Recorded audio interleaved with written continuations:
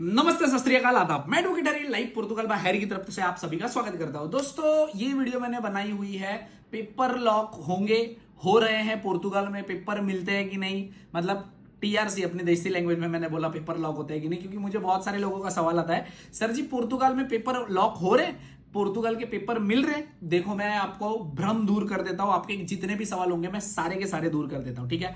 सबसे पहले तो जो आपको यहां पे टेम्परेरी रेसिडेंस कार्ड मिल रहा था पोर्तुगल में, वो 2024 में ही बंद हो गया है, जून महीने से, ठीक है। तो आज 2025 और अब ये 2026 चालू हो गया, ऑलमोस्ट 1.5 साल से 2 साल के लगभग आ गया है। फाइल लॉक जो मैनिफेस्टो द इंटरेस्ट आप क्रिएट करते थे टीआरसी लेने के लिए, वो ऑफिशियली बंद है। तो क्या कोई और ऑप्शन है जहां पे आपके पेपर लॉक हो सकते हैं, पेपर आपको टीआरसी पोर्तुगल का मिल सकता है या नहीं मिल सकता है? देखो, अभी आप अगर पोर्तुगल में आते हो ऑफिशियली, इलीगली अगर आते हो तो आपको कुछ भी नहीं मिलना है। अगर लीगली आते हो टूरिस्ट वीजा पर तो आपके पास कोई ऑप्शन है, तो आपके पास ऑप्शन है आर्टिकल 92, जो आपको सारे लोग यहां पे पोर्तुगल में बताएंगे कि हाँ भाई आर्टिकल 92 घुसेड़ो, आर्टिकल 92 सभी लोग वही करो और आपको मिल जाएगा। तो उसका क्या सच्चाई है, मैंने ऑलरेडी एक आर्टिकल 92 का वीडियो बनाया हुआ है, उसमें आप देख लेना, ठीक है। उसमें सिस्टम ये होता है, आपका 4 से 4-5 हजार यूरो लग जाता है इधर पोर्तुगल में, लीगल एंट्री होनी चाहिए, फिर बहुत सारा कोर्ट केस करते हो, 4 से 6 महीने का 8 महीने का टाइम पीरियड लगता है, फिर अपॉइंटमेंट आती है, फिर कार्ड आता है, फिर साल भर का कार्ड आता है,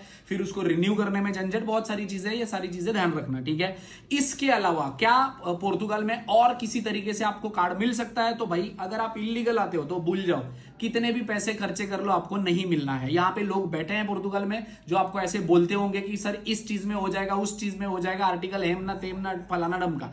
आर्टिकल 92 जो स्टडी बेस का है, उसके अंदर आपको वोकेशनल ट्रेनिंग कोर्स में वो एडमिशन दिलवा के आप कर सकते हो अगर आप लीगल आते हो तो, ठीक है। दैट टू सारी चीजें उसमें मैं आर्टिकल 92 वाला वीडियो में बता दूंगा, ठीक है। इसके अलावा अगर आप पोर्तुगल में आना चाहते हो, आपको टीआरसी चाहिए, तो एक तो अगर आप एजुकेटेड हो, आपके होम कंट्री से आप जॉब सीकर वीजा लेके आ सकते हो।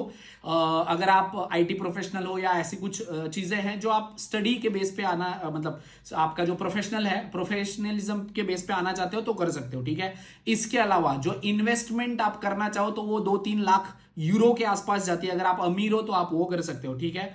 उसके बाद जैसे नॉर्मल लोगों के लिए मैं बता रहा हूं, नॉर्मल लोगों के लिए D1 वीजा के लिए लोग आते हैं यहां पे, ठीक है, सबसे ज्यादा।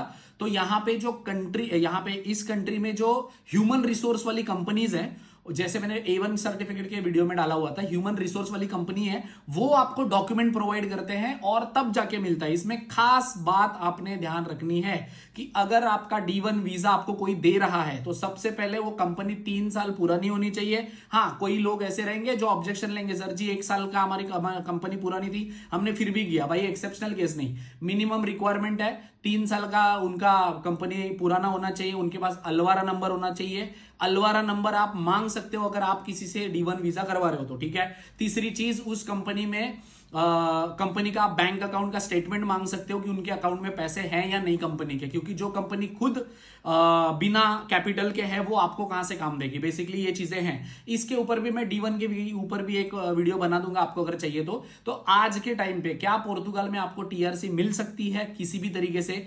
इलीगल आते हो तो नहीं मिलती है, लीगली आते हो, टूरिस्ट वीजा पे आते हो, किसी और कंट्री के वीजा पे आते हो और शेंगन वीजा होता है आपके पास पोर्तुगल में, आप लीगली लैंड कर सकते हो। तो आर्टिकल 92 यहां पे पोर्तुगल में सब लोग बेच रहे हैं, तो आप भी उसको खरीद सकते हो आपके हिसाब से, अगर खरीदना रहेगा तो, क्योंकि कोई आपको दे नहीं रहा है कि आर्टिकल 92 ये वे है, लोग आपको बेच रहे कायदे से 3, 4, 5, 6, 7, 8 हजार, 9 पता नहीं कितने कितने हजार का बेचते हैं। मैं क्या झूठ बोलूं, अपने खुद के लॉयर 3000 यूरो बोलते हैं कि सर इतना पैसा लगता है, तो सोचो इतना पैसा लगना आपका स्टडी वीजा में, ठीक है। इसके अलावा अगर आप D1 वीजा पे आना चाहते हो तो आप जिस कंपनी से कांटेक्ट करते हो उस कंपनी से आपने उनका बैंक स्टेटमेंट, उनका अलवारा नंबर या उनकी कंपनी 3 साल पुरानी है या नहीं, सर्तिदाओं परमानेंट आप मांग सकते हो, ठीक है। मैं ये काम नहीं करता D1 वाला, तो मुझे उसका कांटेक्ट मत करो। रेस्ट अगर इस रिलेटेड आपको कोई भी इंफॉर्मेशन या गाइडेंस चाहिए होगी तो वीडियो के नीचे कमेंट कर सकते हैं। Thank you so much.